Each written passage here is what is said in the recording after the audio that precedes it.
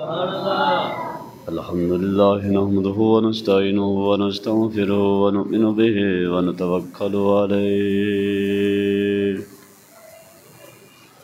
ونعوذ بالله من شرور أنفسنا ومن سيئات أعمالنا من يهده الله فلا مضل له ومن يضلله فلا هادي له أشهد أن لا إله إلا الله وحده لا شريك له ونشهد أن سيدنا وحبيبنا وطبيبنا ومأوانا وملجانا سيدنا محمد عبده ورسوله أما بعد فأعوذ بالله من الشيطان الرجيم بسم الله الرحمن الرحيم وقال الله تبارك وتعالى في القرآن المجيد والفرقان الحميد وعلمك ما لم تكن تعلم وكان فضل الله عليك عظيما وقال الله تبارك وتعالى في مقام آخر ومن يقتل مؤمنا متعمدا فجزاء جهنم خالدا فيها وغضب الله عليه ولعنه وأعد له عذابا عظيما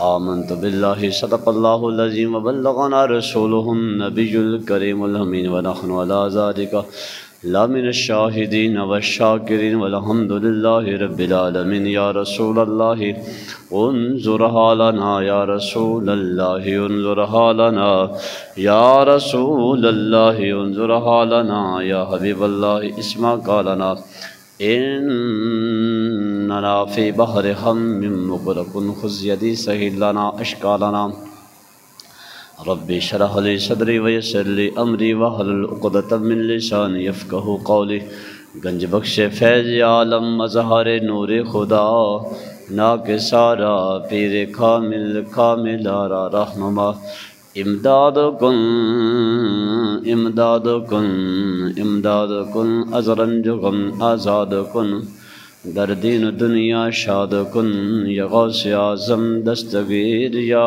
غوث اعظم دستگیر یا غوث اعظم دستگیر ہزار بار بشویم کے داہن بمشک غلاب ہنوز نام تو گفتن کمال بیادب استجا صاحب الجمال ویا سید البشر من وجهك المنیر لقد نور القمر لا يمكن الثناء كما كان حقه بعد از خدا بزرگ تو ایک قصہ مختصر ان اللہ وملائکته یصلون علی النبی یا ایھا الذین آمنوا صلوا علیہ وسلموا تسلیما سب مل کے پڑھیں الصلاۃ والسلام علیک یا سیدی یا رسول اللہ وعلی آلک و اصحابک یا سیدی یا حبیب اللہ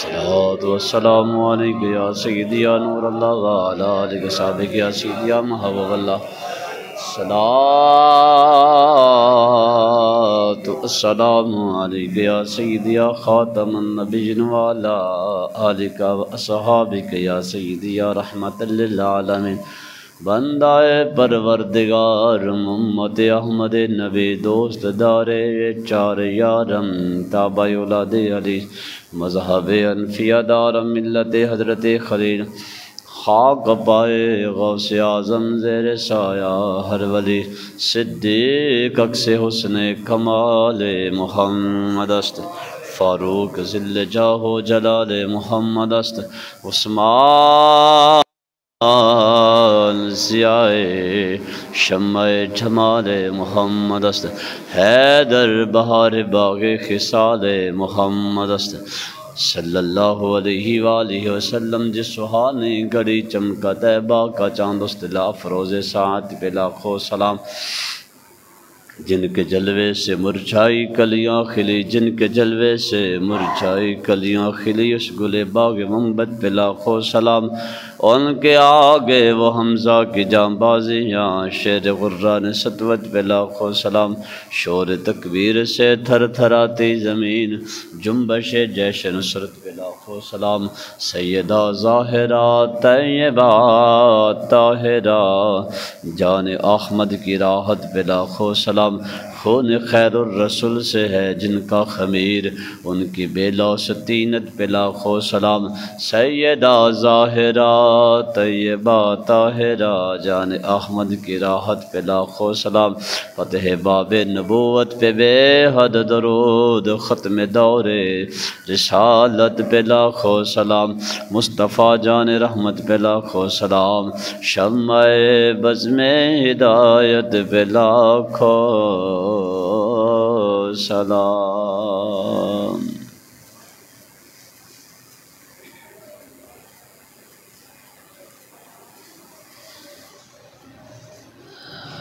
حال دل کس کو سنائے، آپ کے ہوتے ہوئے حال دل، مل کے پڑھیے گا، حال دل کس کو سنائے، آپ کے حال دل کس کو سنائے، آپ کے حال دل کس کو سنائیں، آپ کے ہوتے ہوئے کیوں کسی کے در، آپ کے ہوتے ہوئے کیوں کسی کے در پہ جائیں، آپ میں غلام مصطفیٰ ہوں، یہ میری پہچان ہے، میں غلام مصطفیٰ ہوں، یہ میری پہچان ہے، غم مجھے کیوں کر ستائیں، آپ کے غم مجھے کیوں کر ستائیں، آپ کے ہوئے حال دل کس کو سنائیں، آپ کے انتہائی واجب القدر بزرگوں، دوستوں، ساتھیوں، خالق کائنات اللہ رب العالمین کی حمد و ثنا اور حضور سرور کائنات، مفخر موجودات، زینت بزم کائنات، غمگسار زماں، دستگیر دو جہاں، سید سروراں حامی بے کساں، حضور رحمت للعالمین سید المرسلین، ہادی کل ختم الرسول امام الانبیاء محبوب کبریا، احمد مجتبی حضرت محمد مصطفیٰ علیہ تحیت و ثنا کے دربار گوہروار میں درود و سلام کا نذرانے پیش کرنے کے بعد اللہ رب العالمین کی بارگاہ میں دعا گو ہوں، اللہ رب العالمین میری زبان پہ کلمہ حق جاری فرمائے۔ جس آیت کو موضوع سخن بنایا ہے اس کے اندر علم رسول، علم مصطفیٰ صلی اللہ علیہ وآلہ وسلم کا ذکر کیا گیا ہے۔ ہمارا عقیدہ، ہمارا ایمان ہے کہ آقا کریم صلی اللہ علیہ وآلہ وسلم قیامت تک ہونے والے واقعات کو ضرور جانتے ہیں۔ اللہ رب العالمین نے اپنے محبوب کو کتنا علم دیا، کتنے شعبہ جات، کتنی کیٹیگریز کا علم عطا فرمایا۔ تو اس کے بارے میں اللہ کا قرآن مختصر اور جامع انداز کے اندر بیان فرما رہا ہے، وَعَلَّمَكَ مَا لَمْ تَكُنْ تَعْلَمُ۔ اے محبوب، جس چیز کا آپ کے پاس علم نہیں تھا، آپ کے رب نے آپ کو اس چیز کا علم عطا فرما دیا۔ جس چیز کی خبر نہیں تھی، جس واقعے کو آپ نہیں جانتے تھے، آپ کے رب نے آپ کو ہر اس واقعے سے باخبر کر دیا۔ تو قیامت تک ہونے والے واقعات کو سرکار جانتے بھی ہیں، حضور پہچانتے بھی ہیں، کون کیا کر رہا ہے، کون ظالم ہے، کون مظلوم ہے، یہ میرے رب۔ اور یہ علم ذاتی تو اللہ کے پاس ہے، ساری کائنات کا علم اکٹھا کیا جائے تو ساری کائنات کا علم اللہ کے جتنے بھی نبی ہیں، ایک نبی کے علم کے سامنے ایسے ہے جیسے ایک قطرے کی اوقات سمندر کے سامنے کیا ہوتی ہے۔ ساری کائنات کا علم ایک قطرے کی مانند ہے اور اللہ کے نبی کا علم سمندر کی طرح ہے۔ اور تمام نبیوں کا علم اکٹھا کیا جائے تو مصطفیٰ کے علم کے سامنے قطرے کی طرح ہے، اور مصطفیٰ کا علم رب کے علم کے سامنے قطرے کی طرح بھی نہیں ہے۔ اس قطرے کے کروڑ حصے بھی کریں تو پھر بھی اس کا رب کے علم کا مقابلہ نہیں ہے، کیونکہ رب کا علم ذاتی ہے اور لا فانی ہے، مصطفیٰ کا علم ذاتی نہیں ہے بلکہ عطائی ہے۔ بات سمجھ آ گئی نا؟ اللہ نے اپنے محبوب کو علم عطا فرمایا اور قیامت تک جو جو واقعات ہیں سب کا علم اللہ نے اپنے محبوب کو عطا فرما دیا ہے۔ اور اس کے ساتھ ساتھ میں نے دوسری آیت بھی پڑھی کہ من قاتل مؤمنا متعمدا فجزاؤ جہنم، کہ جس نے مومن کو جان بوجھ کر قتل کیا اس کا ٹھکانہ، اس کا جو ہے وہ بدلہ کیا ہے، فجزاء جہنم ہے، خالدن فیہا، اس میں ہمیشہ رہے گی۔ قرآن کا فیصلہ ہے۔ اللہ رب العالمین نے محبوب علیہ السلام کو اتنا علم عطا فرمایا، اتنا علم عطا فرمایا، جس کے بارے میں میرے حضور کے ایک غلام ہیں جن کا نام ہے حضرت عبداللہ بن رواحہ رضی اللہ تعالی عنہ۔ ایک محفل سجی تھی مسجد نبوی کے اندر، صدارت حضور فرما رہے تھے، نعت پڑھنے والے عبداللہ بن رواحہ رضی اللہ تعالیٰ عنہ ہیں، اور عبداللہ بن رواحہ رضی اللہ تعالیٰ عنہ نے اپنی نعت کے اندر ایک عقیدہ بیان کیا اور اس عقیدے کی تصدیق حضور نے فرما دی۔ عقیدہ نعت یہ پڑھ رہے تھے، ارانا الہدی بعد العمی فقلوبنا بہ موقنات انہ ما قال بہ واقعون۔ یہ نعت پڑھنے والے عبداللہ بن رواحہ رضی اللہ تعالی عنہ ہیں اور اس کی تصدیق سرکار نے فرما دی، حضرت عبداللہ بن رواحہ رضی اللہ تعالی عنہ۔ اور پھر جو تصدیق فرمائی اور عقیدہ وہ دیا رسول اللہ صلی اللہ علیہ وسلم نے، عبداللہ بن رواحہ نے عقیدہ وہ بیان کیا جو آج بھی ہمارے سینوں کے اندر موجود ہے، 14 صدیاں 15 صدیاں گزرنے کے بعد آج بھی جو عقیدہ سنی کے سینے کے موجود ہے اس کی تصدیق مصطفیٰ نے کر دی تھی نا۔ جنہوں نے کہا کہ نبی کو تو دیوار کے پیچھے کا علم نہیں ہے، وہ تو کل کی بات کو نہیں جانتے، ان کے عقیدے کو رد فرما دیا، جس کو میرے سرکار اعلیٰ حضرت نے فرمایا کہ سر عرش پر ہے تیری گزر، دل فرش پر ہے تیری نظر۔ یہ ہے مصطفیٰ کا علم، جس کو سرکار اعلیٰ حضرت نے، بریلی کے تاجدار نے اپنے ہی انداز اور اپنے ہی آسان لفظوں کے اندر بیان فرمایا کہ اے حبیب سر عرش پر ہے تیری گزر، دل فرش پر ہے تیری نظر، ملکوت و ملک میں کوئی شے نہیں وہ جو تجھ پہ عیاں نہیں ہے۔ مطلب کیا؟ کوئی شے چھپی ہوئی نہیں ہے، اللہ نے ساری کائنات محبوب کے سامنے کر دی ہے، پوری کائنات پوری یونیورس کا علم اللہ نے اپنے محبوب کو عطا فرما دیا ہے، کوئی کائنات کا ذرہ بھی مصطفیٰ کی نگاہوں سے چھپا ہوا نہیں ہے۔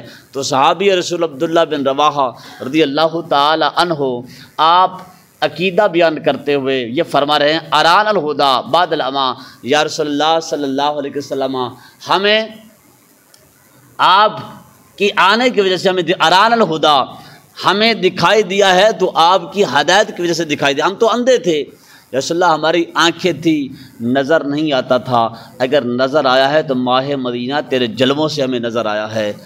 اور آگے کیا فرماتے ہیں؟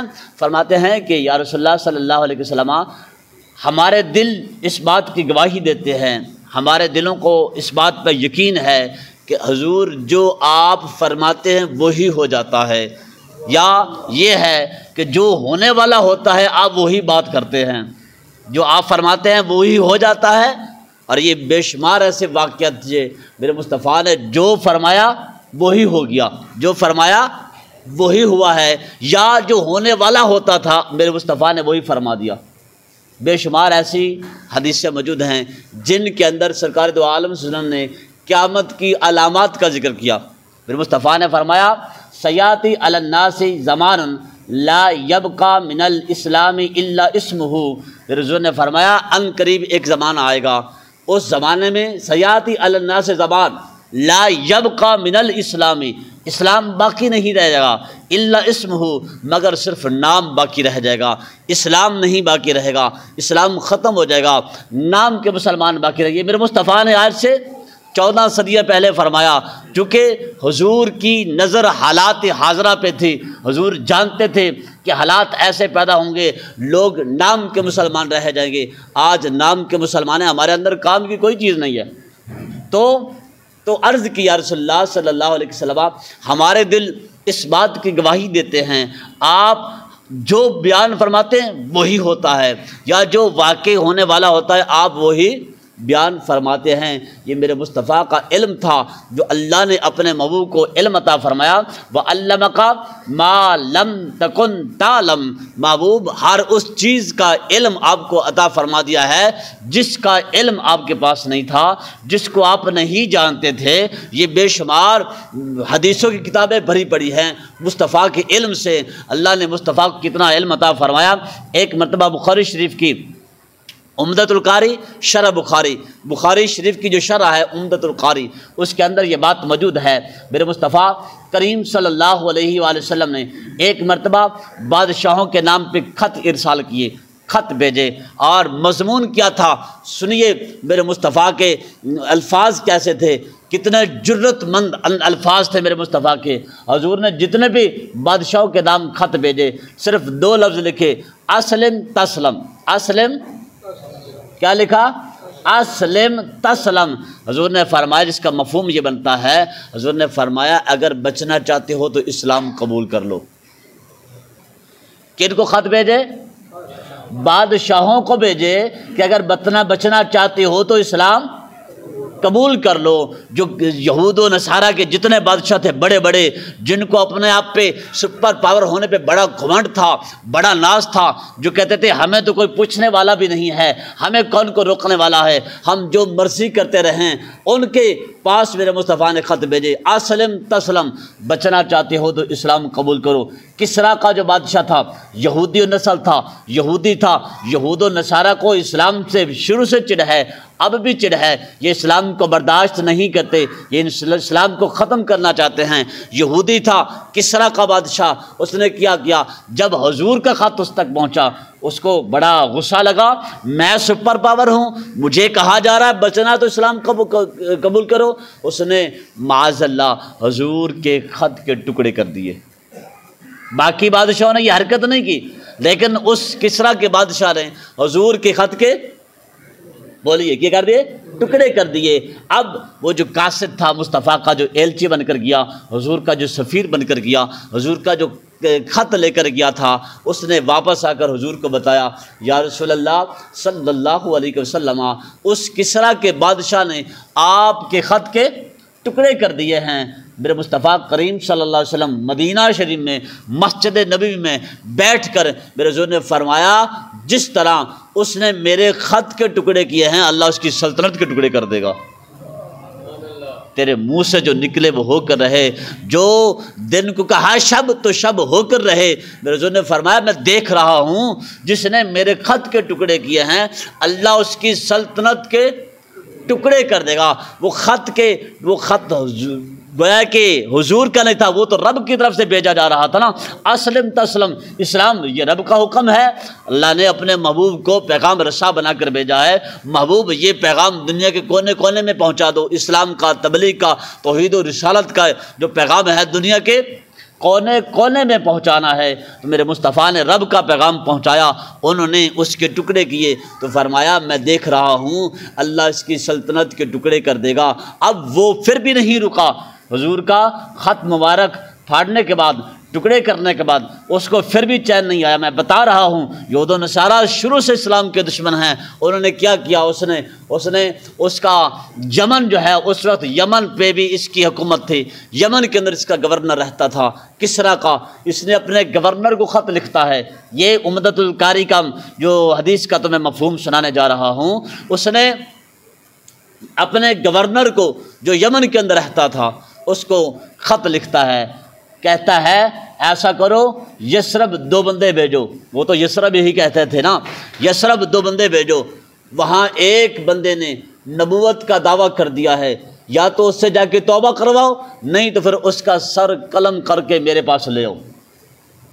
یہ کسریٰ لکھ رہا ہے اپنے گورنر کو کہ 2 بندے بھیجو، یا تو توبہ کروائے یا پھر اس کا سر قلم کر کے میرے پاس لایا جائے۔ اب یمن کا جو گورنر ہے اس کا نام ہے بازان، وہ آدمی بھیجتا ہے 2، ان کے ہاتھ میں ایک رکا لکھ کے بھیجتا ہے، رکے کے اوپر یہی لکھا ہوا ہے، یا تو توبہ کریں یا پھر ایسا کریں کہ مرنے کے لیے تیار ہو جائیں۔ یہ رکا وہ 2 اس کے ایلچی لے کر جاتے ہیں مدینہ منورہ، سرکار دو عالم صلی اللہ علیہ وسلم سے ملاقات ہوتی ہے، وہ رکا پیش کرتے ہیں اور سمجھتے ہیں ہم تو بادشاہ کے سفیر ہیں، بادشاہ کے ہم جناب جی وہ پیغام لے کر آئے ہیں، تو بڑے خوش ہو رہے تھے۔ لیکن ہوا کیا، میرے مصطفیٰ کریم صلی اللہ علیہ وسلم نے اس بادشاہ کا رکا دیکھ کر گھبرائے نہیں، پریشان نہیں ہوئے۔ یہی ہے کہ جب جابر ظالم بادشاہ ایسے کرے تو پھر بندے کو پریشان نہیں ہونا چاہیے۔ کلمہ حق جابر بادشاہ کے سامنے بولنا یہ بہت بڑا جہاد ہے۔ میرے مصطفیٰ کریم صلی اللہ علیہ وسلم نے آپ گھبرائے نہیں، پریشان نہیں ہوئے۔ اب یہ رکا کیسا آ گیا ہے، یہ تو موت کا پروانہ ہے۔ میرے حضور نے وہی رکا لیا، اس رکے کی دوسری سائڈ پر جہاں کچھ نہیں لکھا ہوا تھا، میرے حضور نے فرمایا کہ یہ رکا پکڑو، اس کی دوسری سائڈ پہ نوٹ کرو، میں تمہیں ایک خبر دینے جا رہا ہوں۔ اب جو اس کے غلام تھے جو رکا لے کر آئے تھے، انہوں نے کہا پتہ نہیں کیا خبر ہو گئی، انہوں نے قلم اٹھایا اور لکھنا شروع کر دیا۔ حضور نے فرمایا لکھو، جو تمہارا بادشاہ میرے جناب جی وہ ڈیتھ وارنٹ جاری کیا اس نے، لکھو فلاں مہینہ ہوگا، اس مہینے کی فلاں تاریخ ہوگی، اور تاریخ کی فلاں رات کی فلاں گھڑیاں ہوں گی، فلاں ٹائم ہوگا، تمہارے کسریٰ کا سر قلم کر دیا جائے گا۔ کون کہتا ہے نبی کے پاس علم نہیں ہے؟ میں کہتا ہوں مصطفیٰ ماضی کا بھی علم رکھتے ہیں، حال کا بھی علم رکھتے ہیں، میرے مصطفیٰ مستقبل کا بھی علم رکھتے ہیں، قیامت تک کا علم اللہ نے مصطفیٰ کو عطا فرمایا ہے، ہر چیز کو میرے مصطفیٰ جانتے ہیں، یہ بھی پہچانتے ہیں میرے مصطفیٰ کہ میرے غلاموں کے ساتھ کیا ہو رہا ہے، میرے غلاموں پر کیا بیت رہی، سرکار سب جانتے ہیں۔ آخر کار ڈیتھ وارنٹ میرے مصطفیٰ نے جاری کر دیے، فرمایا یہ رکا لے جاؤ اور لے جا کے اپنے بادشاہ کو دے دو۔ اب وہ واپس آ گئے، واپس آئے گورنر کے پاس، گورنر کو رکا دکھاتے ہیں۔ اب گورنر جو ہے یمن کا، وہ رکا دیکھ کر اپنے جتنے بھی اس کے وزیر مشیر، جتنے بھی اس کے تھے چمچے چیلے، جو بھی تھے اس کے کام کرنے والے، اس نے سب کو اکٹھا کیا، اکٹھا کر کے رکا دکھاتا ہے، کہتا ہے دیکھو یہ کیا لکھا ہوا ہے، اور اس رکے کے اوپر کیا تھا، بادشاہ کے ڈیتھ وارنٹ جاری تھے۔ وہ جو گورنر ہے وہ کہتا ہے اپنے وزراء مشیروں کو، کہتا ہے ان کان نبیًا،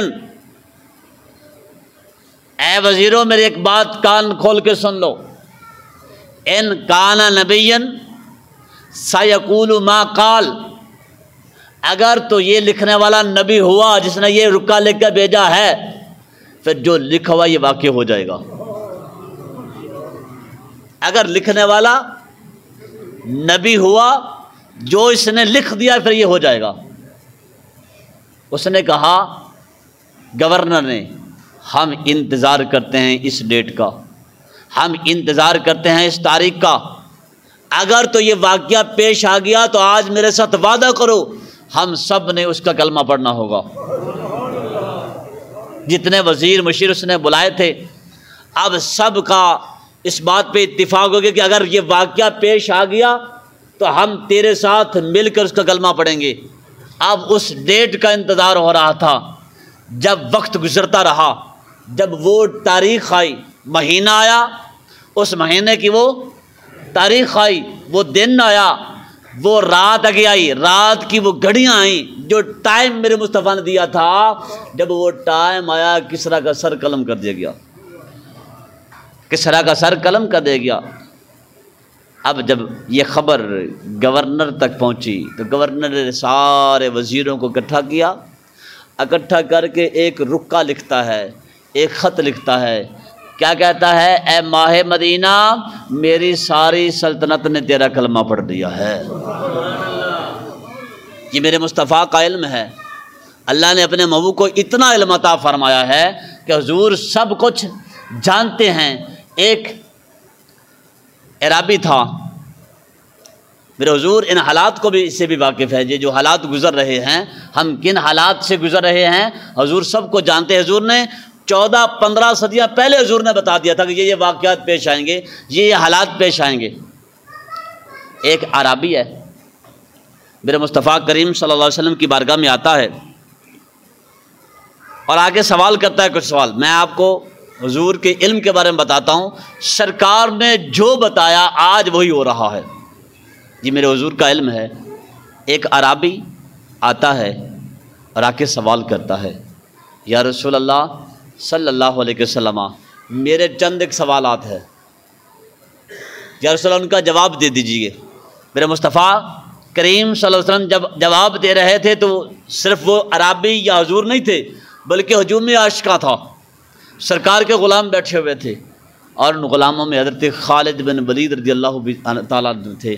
حضرت خالد بن ولید رضی اللہ تعالیٰ پاس بیٹھے ہوئے تھے۔ جب وہ عرابی سوال پوچھ رہا تھا حضور بتا رہے تھے، خالد بن ولید وہ سوالات اور جوابات سن رہے تھے، یاد بھی کر رہے تھے۔ بعد میں یہ سوالات اور یہ جوابات جو کتابی شکل میں ہمارے تک پہنچے وہ حضرت خالد بن ولید رضی اللہ تعالیٰ اس کے راوی ہیں۔ راوی کون ہے؟ حضرت خالد بن ولید رضی اللہ تعالیٰ عنہ۔ پہلا سوال جو ہوا تھا وہ یہ انہوں نے پوچھا، یا رسول اللہ صلی اللہ علیہ وسلم میں غنی بننا چاہتا ہوں، مالدار بننا چاہتا ہوں۔ ہر بندے کی خواہش ہے نا مالدار بننے کے لیے، صبح سے لے کر شام تک، بلکہ اوور ٹائم لگا کے فیکٹریوں کے اندر، دکانوں پہ ہر بندہ کاروبار کر رہا ہے، کیوں میں مالدار بن جاؤں، میرے پاس پیسہ بہت آ جائے۔ میرے مصطفیٰ نے بھی ایک نسخہ بتایا ہے، اگر اس نسخے پہ عمل کر لو گے تم مالدار ہو جاؤ۔ سرکار نے بتایا، حضور نے بتایا، حضور کی زبان سے نکلے ہوئے الفاظ وہ پورے ہو جاتے ہیں۔ میرے حضور نے کی بارگاہ سے میں سوال کیا گیا، یا رسول اللہ میں مالدار بننا چاہتا ہوں، تو میرے مصطفیٰ نے فرمایا قناعت اختیار کیا کر، امیر ہو جائے گا۔ قناعت جتنا مل جائے اس پہ صبر کر لیا کر، تو کیا بن جائے گا؟ امیر ہو جائے گا۔ پھر اس نے سوال کیا، یا رسول اللہ صلی اللہ علیہ وسلم میں سب سے بڑا عالم بننا چاہتا ہوں۔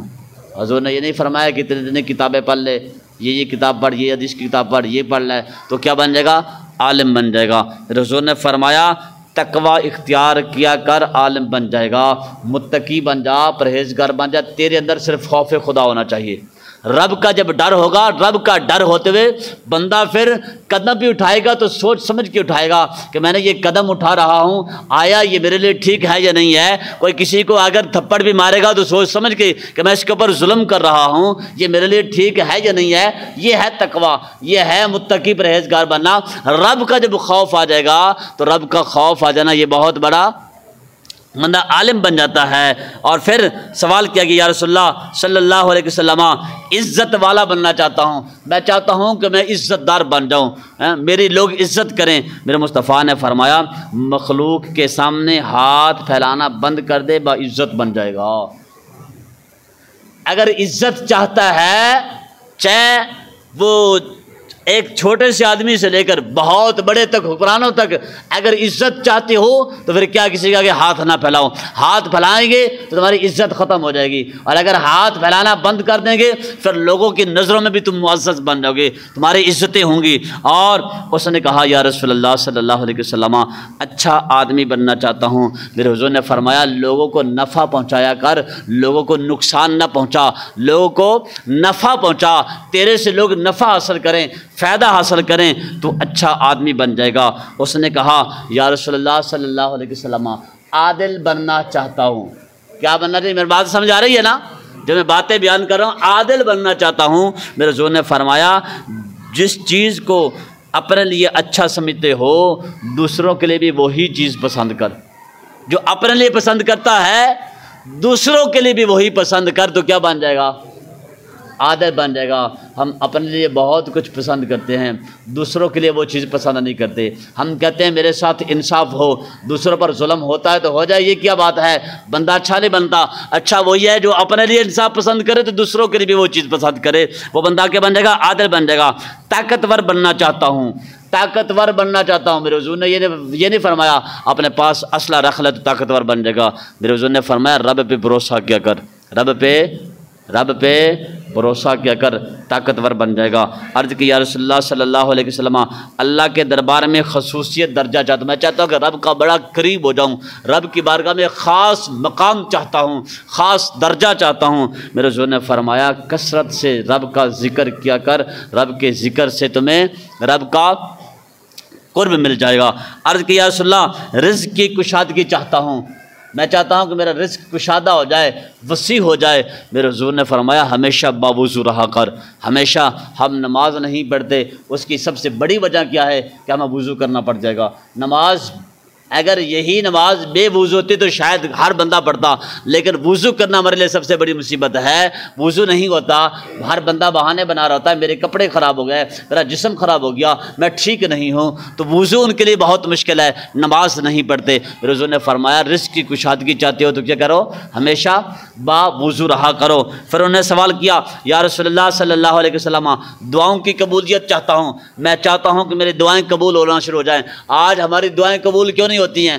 ہم دعائیں مانگ مانگ کر رہ جاتے ہیں، ہماری دعائیں قبول نہیں ہوتی۔ میرے حضور نے فرمایا حرام کھانا چھوڑ دو، حرام کھانا، ایک لقمہ حرام کا پیٹ میں چلا جائے کتنے دن کی دعا قبول نہیں ہوتی؟ 40 دن کی دعا قبول نہیں ہوتی۔ ایک لقمے سے جو پیٹ بھر کر حرام کھا لے گا اور پھر یہ سمجھے کہ اس کی دعائیں قبول ہو جائیں گی، کبھی نہیں ہوں گی۔ دعاؤں کی قبولیت کے لیے دو چیزوں کا ہونا ضروری ہے، دو چیزیں دعاؤں کی قبولیت کے ریڑھ کی ہڈی ہیں۔ کیا؟ عقل حلال، صدق مقال، حلال کھانا، سچ بولنا، ہمیشہ سچ بولے، ہمیشہ حلال کھائے، ادھر سے دعا مانگے گا اللہ دعائیں قبول فرما لے گا۔ دعاؤں کی قبولیت فوراً ہو جایا کرے گی. ہماری دعائیں قبول نہیں ہوتی، اس کی وجہ یہ ہے. اچھا آگے، یا رسول اللہ ایمان کی تکمیل چاہتا ہوں، میں چاہتا ہوں کہ میرا ایمان مکمل ہو جائے. میرے حضور نے فرمایا اخلاق اچھے بنا لے، عادتیں اچھی کر لے. تیرا اخلاق اچھا ہوگا، تیرا رویہ اچھا ہوگا، تیرا کریکٹر اچھا ہوگا، تو پھر کیا ہو جائے گا؟ تیرا ایمان مکمل ہو جائے گا. آج ہمارے رویے ٹھیک نہیں ہیں، آج ہمارا کریکٹر خراب ہے، آج ہماری عادتیں اچھی نہیں ہیں، جس کی وجہ سے حضور نے فرمایا کبھی ایمان مکمل نہیں ہوگا. یا رسول اللہ قیامت کے دن اللہ سے گناہوں سے پاک ہو کر ملنا چاہتا ہوں. میں چاہتا ہوں جب قیامت والے دن رب سے میری ملاقات ہو، ملاقات تو ہونی ہے، میری بھی ملاقات ہوگی، تمہاری بھی ملاقات ہوگی. یہ تو حشر کو ہوگا معلوم کہ جیتا کون اور ہارا کون. کون گناہوں سے پاک ہو کر رب سے ملتا ہے؟ تو فرمایا کہ جب بھی ناپاک ہو جائے تو فوراً غسل کر لیا کر، تو پھر کیا ہوگا؟ گناہوں سے پاک ہو کر ملے گا. گناہوں میں کمی چاہتا ہوں، فرمایا کثرت سے استغفار کیا کر. کثرت سے استغفار کرے گا، گناہوں میں کمی ہو جائے گی. یا رسول اللہ گناہوں کی کمی چاہتا ہوں، کثرت سے استغفار کیا کر.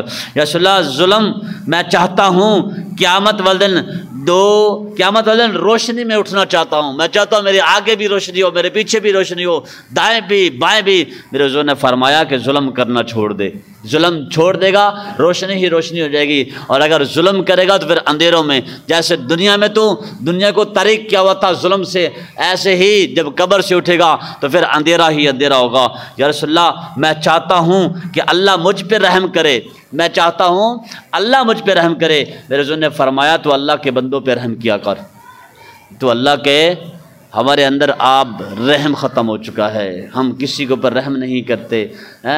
ہر بندہ جو طاقتور ہے وہ کمزور کے اوپر ظلم و ستم کر رہا ہے. جتنا اس کا بس چلتا ہے، جتنے اس کے اندر طاقت ہے، اپنی پوری طاقت لگا رہا ہے، اپنی پوری طاقت صرف کر رہا ہے. بیچارہ غریب جائے تو کدھر جائے، کہاں جائے؟ تو فرمایا تو چاہتا ہے اللہ تیرے اوپر رحم کرے تو اللہ کے بندوں پہ رحم کیا کر. اللہ رب، یہ تھا میرے مصطفیٰ کا علم جو اللہ رب العالمین نے اپنے منہ کو عطا فرمایا، اور میرے مصطفیٰ نے قیامت تک ہونے والے ہر حالات سے اپنے غلاموں کو باخبر کر دیا.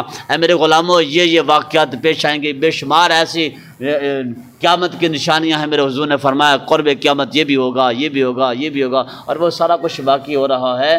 تو اللہ رب العالمین کی بارگاہ میں اللہ پاک ہمیں اپنا ایمان محفوظ کرنے کی توفیق عطا فرمائے. لیکن ایمان بہت جو حالات چل رہے ہیں، ان حالات میں ایمان کو جو ہے سنبھال کے رکھنا، ایمان کی حفاظت کرنا بہت مشکل ہے. ہم ایمان سمجھتے ہیں صرف نمازوں میں چھپا ہوا ہے. ایمان صرف نمازوں کے اندر، ہم نے اپنے صرف نمازوں کو بڑا کچھ سمجھا ہوا ہے کہ ہماری نمازیں ہی بہت کچھ ہیں. نماز ہے لیکن قیامت میں اور بھی بہت کچھ سوالات ہوں گے نا. اللہ رب العالمین ہمیں قیامت کی سختیوں سے، قیامت کی تلخیوں سے محفوظ فرمائے. وما علی الا البلاغ.